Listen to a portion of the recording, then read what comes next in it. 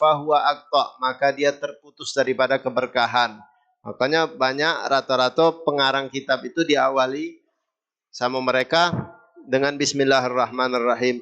Terus juga iqtidaan bi kitabillah, mengikuti Al-Quranul Karim. Al-Quranul Karim itu dimulai dengan basmalah. Surah Al-Fatihah itu awalnya apa? Bismillahirrahmanirrahim. Nah, mereka ini mengarang kitab dengan diawali dengan bismillah. Salah satunya yang pertama tadi untuk tabarrukan, mengambil berkah. Yang kedua mengikuti kitabullah yaitu Al-Quranul Karim. Ma'asyiral hadirin rahimakumullah, langsung baik kita langsung ke pelajaran, masuk ke tentang awal mula kita nak melakukan seluruh ibadah, yaitu adalah bab kitabut thaharah, tentang bersuci. Jadi pembahasan yang pertama kali akan kita bahas pada pagi hari ini yaitu adalah kitabut thaharah, tentang pembahasan masalah suci mensucikan. Al-miyahul lati yajuzu at-tathiru biha sab'u miyah. Al-miyahul lati yajuzu at-tathiru biha sab'u miyah. Air yang diperbolehkan kita untuk bersuci itu ada 7 macam air. Jadi di sini menyebutkan 7 macam air, yang mana 7 ini bisa untuk kita bersuci. Bukan artinya suci bersuci, bedakan antara suci sama bersuci. Kalau bersuci itu artinya bisa buat kita pakai wudhu, itu namanya air yang bersuci, buat bersuci. Ada air yang suci baik, tapi tidak boleh buat wudhu. Itu contohnya apa? Ya banyak air suci, tapi tidak boleh buat wudhu. Seperti air teh, air kopi, air susu. Itu suci tidak? Suci, tapi apakah boleh untuk wudhu, untuk mandi junub? Itu tidak boleh, karena itu air suci tapi tidak mensucikan. Suci tapi tidak mensucikan. Nah di sini air yang bisa mensucikan, artinya apa? Suci plus mensucikan juga bisa. Itu ada 7 macam air. Di sini dikatakan ma'us sama, yang pertama kali air yang turun dari langit, yaitu adalah air hujan. Jadi kalau seandainya ada orang nanya, boleh tak mandi junub atau berwudu pakai air hujan, boleh tak? Jawabannya apa? Boleh. Mandi junub atau berwudu atau menghilangkan najis. Ada najis kita hilangkan. Cara ngilangnya apa? Pakai apa misalnya? Pakai air hujan, boleh tak? Boleh, karena air hujan ini adalah air yang suci dan mensucikan. Air hujan. Terus ma'ul bahar, air laut. Ma'ul bahar itu artinya air laut. Air laut ini juga itu bisa dia suci plus juga mensucikan. Jadi kalau seandainya berwudu atau buang kotoran, menghilangkan najis, menghilangkan najis, istinja dan lain-lainnya, atau kita buat mandi junub atau berwudu pakai air laut, boleh tak? Jawabannya boleh, karena air laut ini suci dan mensucikan. Walaupun tapi banyunya asin, ya tidak masalah. Emang banyu laut itu asin, itu suci tapi tidak mensucikan. Banyu biasa, banyu ini kita tunjuk garam banyak-banyak sampailah berubah banyu tadi. Sampai berubah sekiranya apa? Kalau wong nyingoknya nyicip, ini banyu apa? Bukan banyu lagi wong ngomong, ini udah garam, wong ngomong banyu garam atau banyu uya. Berarti itu sudah berubah, itu tidak mensucikan lagi, tapi suci tetap. Tapi kalau banyu laut, walaupun dia asin, dia kadar asinnya nak cak mana baik, tetap dia bisa untuk bersuci. Bisa untuk bersuci.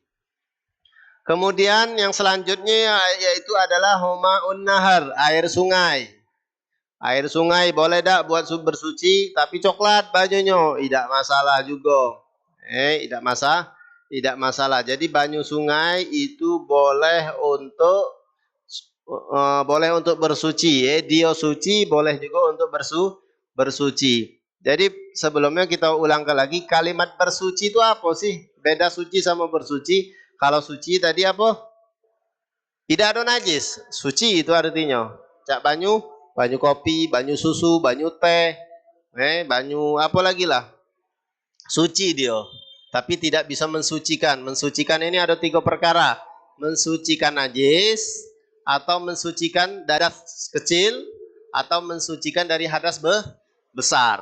Itu arti mensucikan. Berarti kalau seandainya ada air, kita katakan air ini mensucikan. Berarti boleh buat istinja untuk menghilangkan najis, boleh juga untuk mengangkat hadas kecil yaitu berwudu, boleh juga untuk mengangkat hadas besar yaitu adalah mandi wajib. Jadi kalau seandainya kita katakan air ini mensucikan, ya berarti dia bisa pakai untuk 3 perkara ini. Kalau bahasa Arabnya itu tohir itu suci, wa mutahhir itu artinya mensucikan. Jadi kalau bahasa Arab itu ma'un tohir. Ma'un tohir itu artinya apa? Air yang suci. Nah kalau suci itu belum tentu mensucikan. Wa mutahhirun itu artinya mensucikan. Jadi kesimpulannya apa? Air yang suci itu belum tentu mensucikan. Tapi kalau air yang mensucikan pasti suci tidak? Pasti suci. Air yang bisa mensucikan pasti dia suci. Tapi air yang suci belum tentu bisa mensucikan. Terus selanjutnya yaitu adalah ma'ul bi'ir, air sumur. Air sumur ini juga boleh untuk berwudu atau mengangkat hadas besar atau untuk menghilangkan najis. Karena ini 7 bagian daripada air ini adalah air yang tahirun wa mutahhirun, suci dan mensucikan. Kemudian selanjutnya ma'ul ain, mata air. Mata air ini juga boleh untuk kita berwudu. Kemudian selanjutnya ma'us salaj.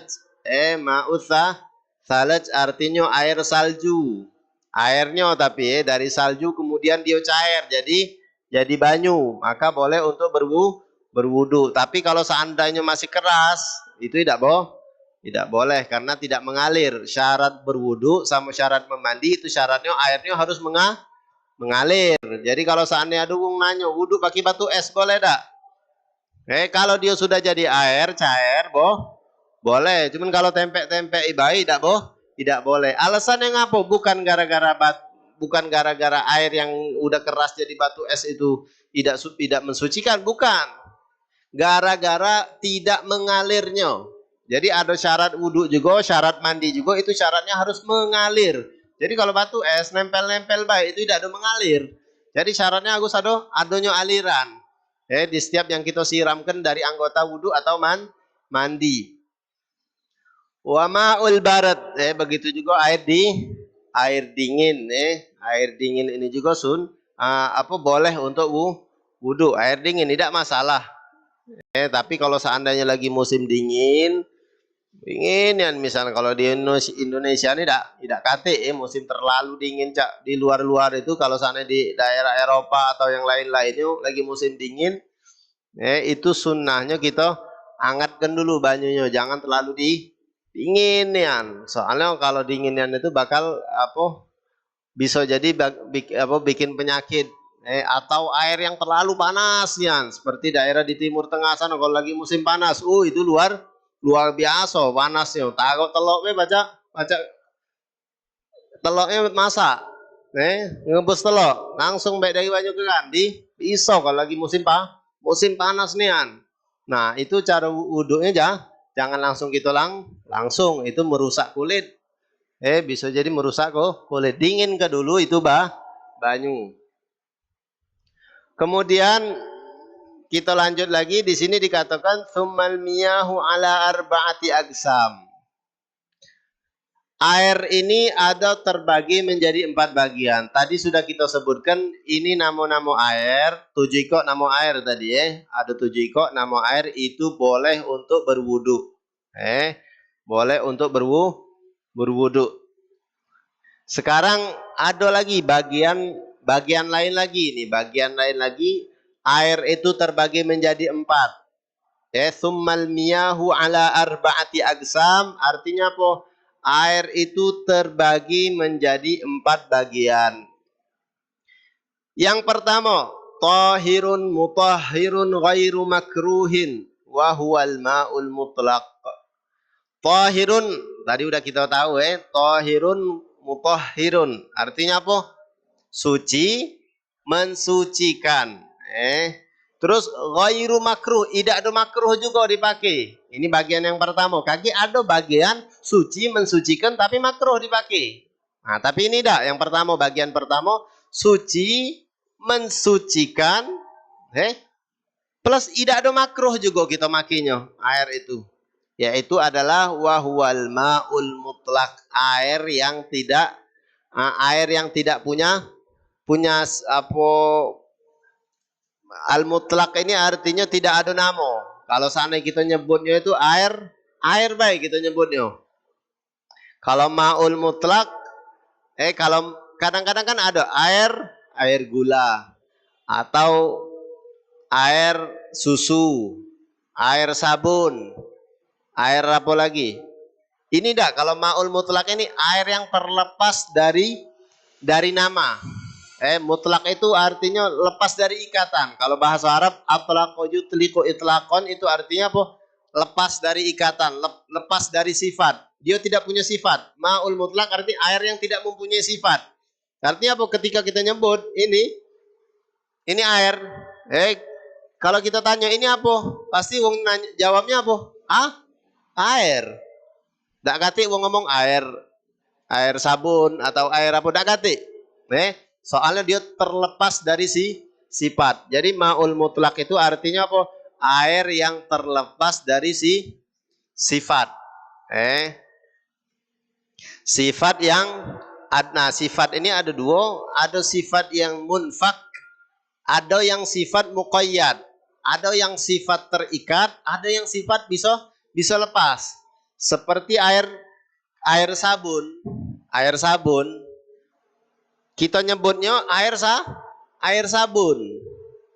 Di mana baik kita tahu itu banyu, kita nyebutnya banyu apa? Banyu sabun. Tapi ada yang ada sifat, cuman sifatnya munfak. Munfak itu artinya terlepas sifatnya. Seperti air hujan. Air hujan ini punya sifat. Tapi ketika kita taruh di ember atau di gelas, ketika kita tanyakan kepada wong ini apa? Pasti wong jawabnya apa? Air baik. Tidak ada hilang, munfak artinya lepas. Sifatnya itu lepas. Nah, jadi air yang mempunyai sifat, kemudian sifatnya itu bisa lepas, itu boleh untuk berwudu. Boleh untuk berwudu. Seperti air teh. Boleh lepas lah itu kalau air teh. Pindai cangkir, pindai botol, pindai apa? Bisa lepas lah dia? Tidak bisa lepas. Berarti itu tidak boleh untuk berwudu. Tapi kalau yang bisa lepas, air sungai. Bisa lepas tak dia? Bisa lepas. Ketika kita wadai, kita tanya uang ini apa? Pasti jawabnya air baik. Itu namanya sifat yang munfak. Jadi air yang sifatnya bisa terlepas, itu sah baik kalau seandainya untuk bersuci. Tapi kalau seandainya sifatnya tadi tidak bisa terlepas, seperti air teh, air susu, atau lagi ma'ul warat, air dari bunga warat, air mawar. Itu kalau seandainya kita taruh mana baik, pasti ngomongnya banyu mawar. Banyu apa lagi? Walhasil yang sekiranya sifatnya tidak bisa terlepas, kita pindahkan, tetap airnya tidak ada terlepas. Banyu sungai. Banyu sungai itu dia diomongi air sungai saat dia berada di sungai baik. Saat dia berada di sungai. Tapi ketika dipindahkan, udah kita sedot ke bak, namanya dah kate lagi hilang nama dia. Itu artinya munfak.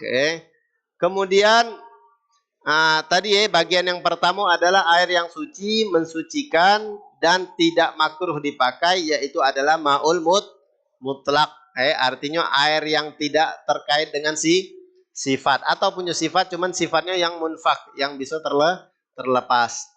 Kemudian yang kedua yaitu adalah tahirun mutahhirun makruhun. Suci air ini, mutahhirun mensucikan, tapi makruh dipakai. Tapi makruh dipakai yaitu adalah wahuwal ma'ul musyammas, air yang kena sengatan matahari. Tapi di sini agak disebutkan lagi, tapi ada syarat-syaratnya. Makruh isti'maluhu fil badan la fi thawb wa huwa al-ma'u musyammal al-musakhan bi ta'thiri syamas fihi wa innama yukrahu syar'an bi qadri harin fi ina'in muntabi'in la ina'in naqdain li safai jawharihima. Jadi air yang terkena sengat terik matahari itu makruh dipakai itu kalau seandainya dia berada di wadah yang besi, yang karat. Wadah besi. Itu kalau seandainya dia kena sinar matahari, itu makruh kita pakai. Itu namanya apa? Artinya ma'ul musyammas. Ma'ul musyammas sih, itu makruh kita pakai buat apa? Buat apa baik sebenarnya? Bukan buat wudhu baik, buat mandi, atau buat wudhu, buat apa baik, walhasil menyentuh ke badan kita itu makruh. Ngapa makruh? Karena ini ma'ul musyammas ini tidak ada bagus buat kesehatan. Jadi kalau seandainya wadahnya tadi cak tong besi misalnya, terus dia kena terik matahari, panas banyunya, itu makruh dipakai karena ngapa? Karena tidak ada bagus buat kesehatan. Tapi sah dak wudhunya pakai banyu itu? Sah. Ini air tahirun mutahhirun tapi makruh dipakai. Berarti kalau makruh baik, cuman tapi dia tetap mempunyai sifat tahir mutahhir, berarti dia sah-sah baik kalau buat wudhu. Tapi makruh. Makruh itu apa? Makruh ini kalau seandainya kita tinggalkan, maka kita dapat pahala. Kita cari banyu lain, kita meninggalkan air itu kita dapat pahala. Kalau kita lakukan, tidak ada dapat dosa juga, namanya makruh.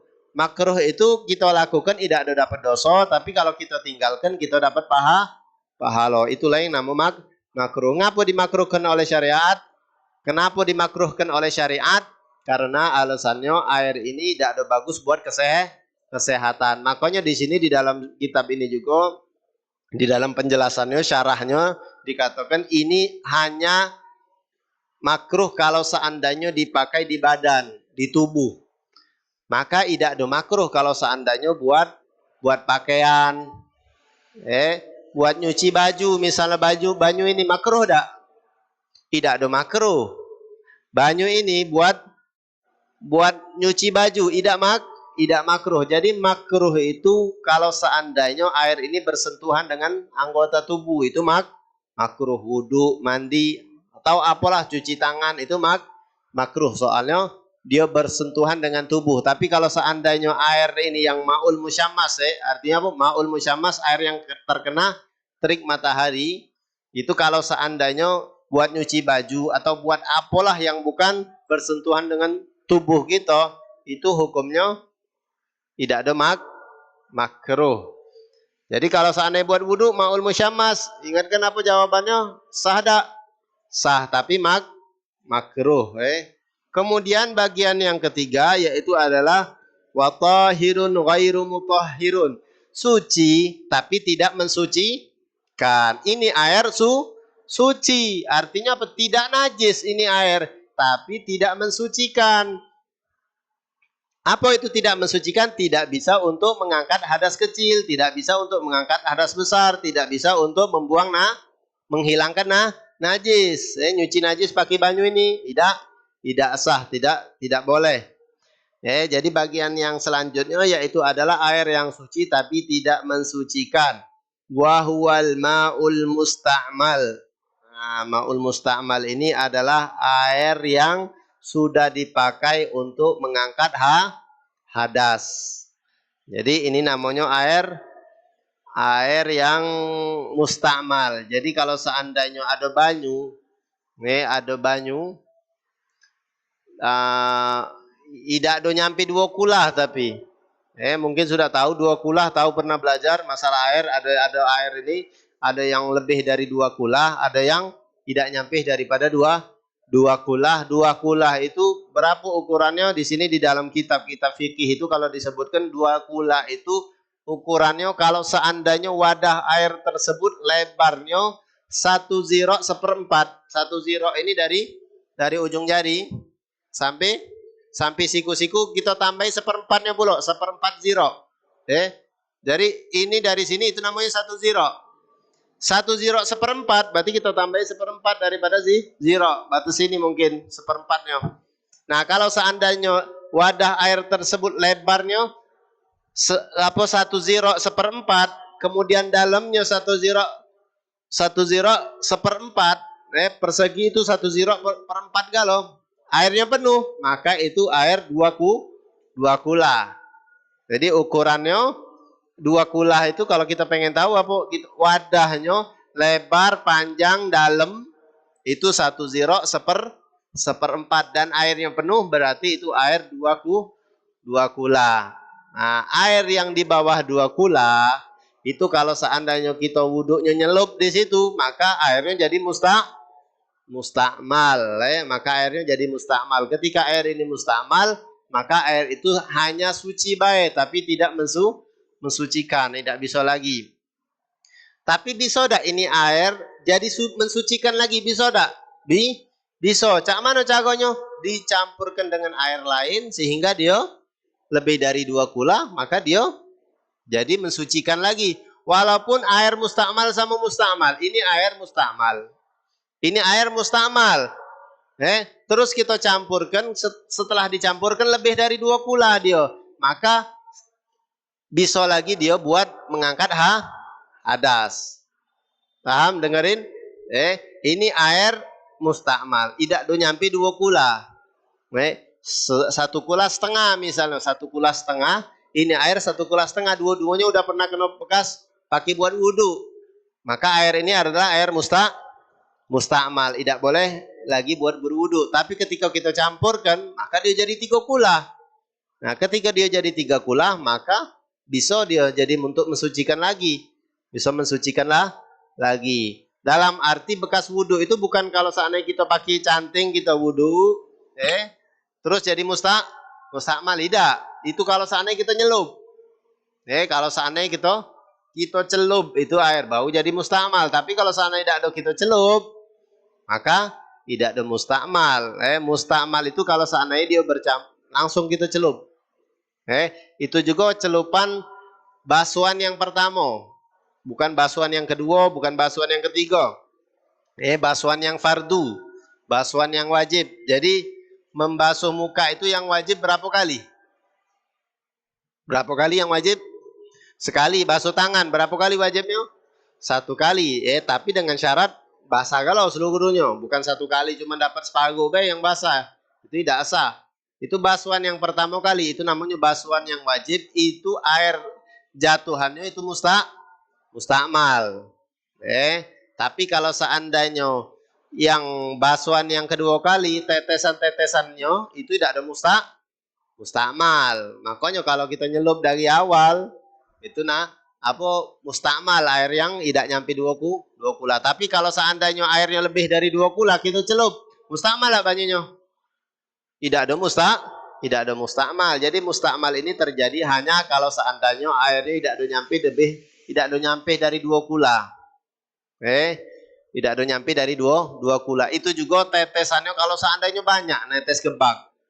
Yang basuhan yang pertama tadi netesnya banyak. Netesnya banyak nian. Maka dia berubah jadi mustakmal. Tapi kalau cuma mercik baik, ini banyu 2 kulah misalnya di bak kita berwudu. Basuhan yang pertama ada nyampak dikit mengecik ke banyu di bak tadi. Jadi mustakmal lah? Tidak ada. Percikan yang sedikit itu tidak ada merubah air ini jadi mustakmal, tidak. Kalau seandainya banyak baru dia jadi mustakmal. Tapi cuman kalau percikan baik tidak ada jadi mustakmal. Contohnya kalau mustakmal, kalau dia wudu di situ wudu di dalam itu ngobok. Nampak banyak itu yang nyampak berarti mustakmal. Tapi kalau cuma percikannya beda, tidak ada.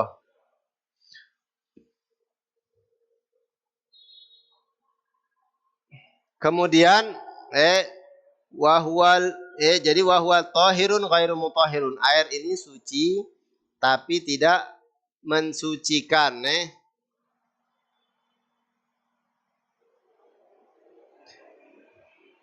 Kemudian termasuk air yang suci tapi tidak mensucikan yaitu adalah air yang wal mutaghayyir bima khalaqahu minat tahirat. Air yang berubah, yang tercampuran dari sesuatu yang suci. Ini air suci dan mensucikan. Kemudian kita campurkan dengan sesuatu yang suci juga. Kemudian air itu berubah jadi sifatnya. Maka ini air tidak do mensucikan. Suci baik tapi tidak mensucikan. Contohnya apa? Ya cak bah. Air tadi misalnya ini air suci mensucikan. Kita campur dengan sesuatu yang suci. Yang suci juga tapi kalau kita campur dengan yang najis jadi najis. Campur dengan yang suci, kejatuhan yang suci juga. Contohnya kejatuhan sabun atau kejatuhan teh misalnya kita campurkan dengan teh misalnya. Kemudian berubah ini air. Itu air suci tidak? Suci tapi tidak mensucikan. Ini namanya air yang apa? Mutaghayyir bima khalaqahu minat tahirat. Air yang berubah gara-gara bercampuran dengan sesuatu zat yang suci. Campuran dengan zat yang suci. Soalnya kalau seandainya dia bercampuran dengan sesuatu yang najis, maka ini air bukan kita katakan suci tapi tidak mensucikan, bukan.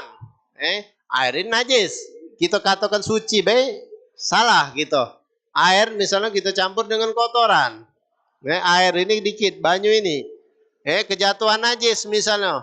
Contohnya kejatuhan najis atau kotoran cicak misalnya masuk di dalam air yang tidak ada nyampe 2 kula. Najis ini air.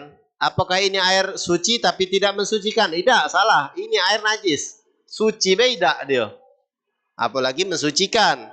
Yang suci tapi tidak mensucikan itu kalau seandainya dia kecampuran dengan sesuatu zat yang suci juga. Kemudian bagian selanjutnya yaitu adalah wama'un najis. Bagian yang keempat ini. Jadi ada air ini tahirun mutahhir tadi, ghairu makruh. Suci, mensucikan dan tidak makruh. Kemudian yang kedua, suci, mensucikan tapi makruh dipakai, yaitu adalah air yang kena terik matahari tadi dan wadahnya yang berupa seperti besi, yang karat itu makruh. Kemudian yang ketiga tadi kita baca juga tahir ghairu mutahhir, suci tapi tidak mensucikan. Ada dua, yaitu adalah air yang mustamal sama air yang tercampur dengan zat yang suci juga sehingga air tadi berubah. Tapi kalau tidak ada berubah maka tidak masalah. Kalau tidak ada berubah, kecampur sama zat yang suci tapi tidak ada berubah. Contohnya ini banyu, ini suci mensucikan, ini air. Ini air suci plus mensucikan. Terus kita campur teh, dikit yan kita campur. Pas kita campur tidak ada berubah dia. Tidak ada berubah sama sekali. Apakah ini tidak bisa membuat mensucikan lagi? Tidak, tetap bisa. Itu kalau seandainya tercampur plus berubah dia. Berubah. Tapi kalau dia tercampurnya dikit yan, tidak ada pengaruh, tidak merubah air. Kalau seandainya ditanya wong ini apa? Wong nengok banyu beda kate wong ngomong banyu teh. Aduh campur kita dikit dan kita masuk teh. Terus wong ngomong oh banyu teh, tidak kan? Tidak, wong tetap ngomong banyu bae, tidak ada ngomong banyu teh. Maka itu tidak ada merubah sifatnya, berarti apa? Tetap bisa untuk bersuci. Tapi kalau seandainya agak banyak dikit sampai banyu itu agak kuning, kemudian kita tanya mau wong ini apa? Wong nyebutnya bukan banyu beda. Pasti ada tehnya, banyu teh wong nyebutnya. Maka ini air berarti sudah berubah. Ini air berarti suci tidak? Suci tapi tidak mensucikan. Jadi ingat bagian yang ketiga yaitu adalah tahirun ghairu mutahhir, suci tapi tidak mensucikan. Kemudian bagian yang keempat yaitu adalah ma'un najis. Air yang najis. Apa itu air yang najis? Wa huwa alladhi halat fihi najasatun wa huwa dunal qullatain au kana qullataini fataghayyar. Air yang najis yaitu adalah air yang kejatuhan najis. Air yang kejatuhan najis. Kemudian air ini tidak ada nyampe dari dua kula. Jadi kalau seandainya ada air tidak ada nyampe dari dua kula, dia kejatuhan najis, dia berubah atau tidak berubah, ini air najis. Perhatikan.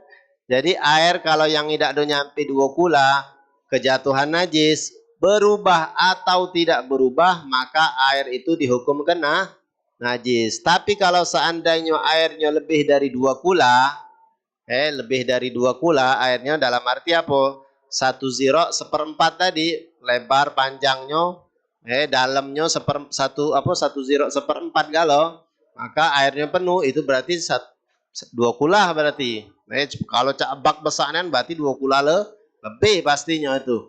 Nah itu apa? Kalau seandainya kejatuhan najis, itu belum langsung tidak bisa kita katakan, oh ini air najis. Tidak, jangan dulu. Tengok, kalau seandainya ada perubahan, kalau seandainya ada perubahan air tersebut, maka baru dikatakan najis. Perubahan dalam arti apa? Berubah sifatnya. Sifat ini ada 3, yaitu adalah warna, bau sama rasa. Warna, bau, rasa. Jadi kalau seandainya salah satu daripada 3 ini ada pada air tersebut setelah kejatuhan najis, maka air tersebut yang lebih dari 2 kula itu menjadi najis. Tapi kalau seandainya air yang lebih dari 2 kula kejatuhan najis, pas kita jengok warnanya tidak berubah, rasanya tidak berubah, terus juga baunya tidak ganti bau, biasa baik, tidak ada berubah, maka tidak najis. Tetap bisa untuk bersuci, tetap bisa. Tapi kalau seandainya air tersebut ada yang berubah, baik itu berubah warnanya baik, atau baunya baik, atau rasanya baik yang berubah, maka ini air tidak bisa lagi buat bersuci. Bahkan ini air najis. Itu kalau seandainya airnya lebih dari 2 kula. Adapun air yang tidak ada nyampe dari 2 kula, walaupun tidak berubah, ini air dihukum kena najis. Ini air dihukum kena najis. Jadi air yang najis yaitu adalah air yang kejatuhan najis, air yang suci asalnya kemudian kejatuhan najis, dan air tersebut tidak tidak sampai 2 kula, berubah atau tidak berubah, tetap dikatakan ini air najis. Atau airnya lebih dari 2 kula, kemudian berubah sifat dari 3 tadi, ada perubahan salah satu di antara 3 tadi, bau, rasa atau warna, maka dikatakan ini air najis walaupun lebih daripada 2 kula. Wal qullatani 500 ritlin Baghdadi takriban fil asah. Di sini ukuran zaman dulu, jadi ada retail, istilahnya retail ini ukuran air, banyaknya air. Di sini disebutkan 100 retail, bukan liter tapi retail. Retail ini ukuran zaman dahulu. Di sini juga retailnya bukan retail Indonesia tapi retail Baghdadi, dari Baghdad. Jadi ada timbangan buat air. Itu kalau seandainya ukurannya tadi sampai 500 retail, 500 retail Baghdadi, ukuran Baghdad, takriban kira-kira, maka ini air berarti mencakup 2 kula. Jadi pembahasan kita pada pagi hari ini, mudah-mudahan apa yang kita pelajari pada pagi hari ini bermanfaat, dan bisa untuk kita praktekkan di dalam wudhu kita, untuk mandi junub kita. Setelah kita tahu, insya Allah ya wudhu kita sah, jadi mandi wajib kita sah juga. Setelah kita mengetahui sifat-sifat air yang mana buat yang bisa buat bersuci, yang mana tidak boleh, maka wudhu kita menjadi lebih berhati-hati kita untuk melakukan wudhu dan mandi junub atau membuang mensucikan najis. Jadi mudah-mudahan apa yang kita pelajari pada pagi hari ini bermanfaat buat kita, bermanfaat juga buat keluarga kita. Kalau seandainya kita sampaikan kepada mereka, kita ajari lagi kepada mereka, sehingga ibadah kita, amal ibadah kita diterima oleh Allah Subhanahu wa taala. Mungkin ini baik pelajaran kita pada pagi hari ini. Hada ma'agulakum wal afu minkum. Wassalamualaikum warahmatullahi taala wabarakatuh. Mungkin kalau seandainya nak bertanya, masih ada waktu sedikit lagi.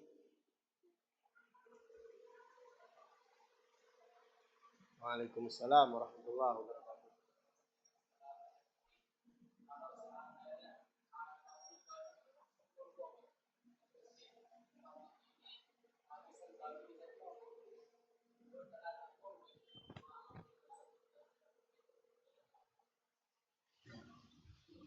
Ini namanya ma'ul ghasab.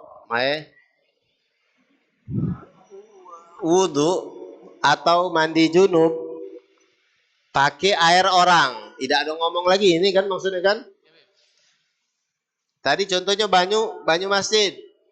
Masjid ini kehabisan banyu, kemudian ngambil banyu wong. Atau sama baik contohnya kita dah kate banyu.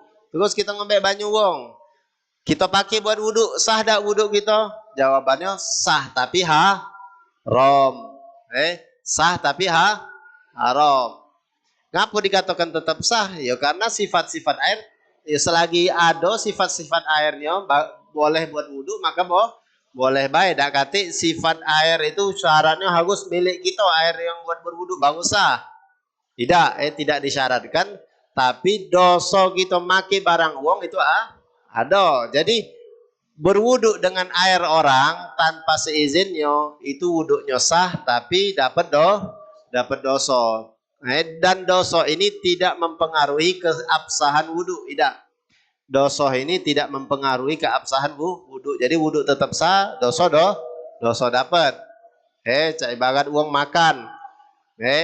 Makan tapi hasil daripada maling. Kenyang nggak makannya?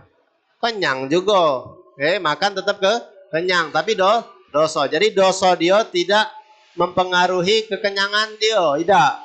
Makan hasil maling tetap kenyang. Cak itu juga wudhu bekas dari pakai air yang bekas dari maling itu wudhunya tetap sah. Sama cak makan gitu dari maling tetap kenyang makannya tapi dapat dosa. Cak itu juga wudhunya sah tapi berdosa gara-gara ngembek air uang tanpa izin. Itu baik. Mungkin ada lagi yang nak bertanya? Assalamualaikum warahmatullahi wabarakatuh. Izin bertanya Ustaz. Misalkan sebuah buku atau kitab itu terkena najis seperti kencing kucing Ustaz. Nah, itu bagaimana cara mensucikannya? Nah, kalau misalkan menggunakan air kan takutnya nanti hancur itu kertasnya Ustaz. Jadi bagaimana itu Ustaz? Terima kasih. Assalamualaikum warahmatullahi wabarakatuh. Jadi buku yang terkena najis itu tidak usah kita sucikan pakai banyu, hancur dia. Tidak bisa. Al-Quran misalnya ada kotoran, itu kita hilangkan keruk baik. Kalau seandainya kotoran tadi bisa dikeruk gitu keruk baik, terus masih ada lengket atau misalnya kencing kucing tadi baunya masih itu jangan, tidak usah kita pakai tidak usah kita gunakan untuk sholat. Kalau kita nak sholat kita taruh, tapi jangan kita basuh, jangan dia hancur, tidak boleh. Jadi buku yang terkena najis itu biarlah, tidak usah disuci tidak usah disuci dengan pakai air, tidak usah. Tidak usah disuci karena ngapa? Karena bikin hancur itu buku, itu namanya itlaful mal. Ya namanya buku itu adalah harta. Menghancurkan harta itu tidak dianjurkan oleh syariat. Jadi kalau seandainya ada buku yang najis ya biarlah dia najis, ya sebisanya baik kita hilangkan. Kalau bisa dikerok ya dikerok, tapi tidak usah sampai kita kerok tidak ada hilang, udah pakai banyu, hancur bukunya dah. Jangan biarkanlah. Tapi tidak usah juga kalau seandainya masih ada bau kencing, masih pesing tidak usah dibawa untuk sholat.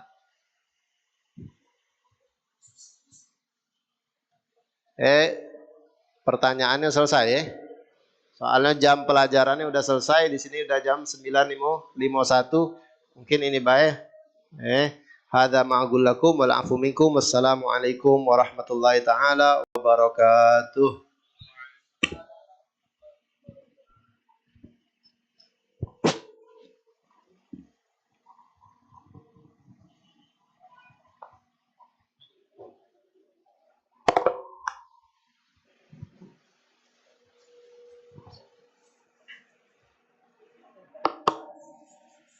Benar kan Ustaz?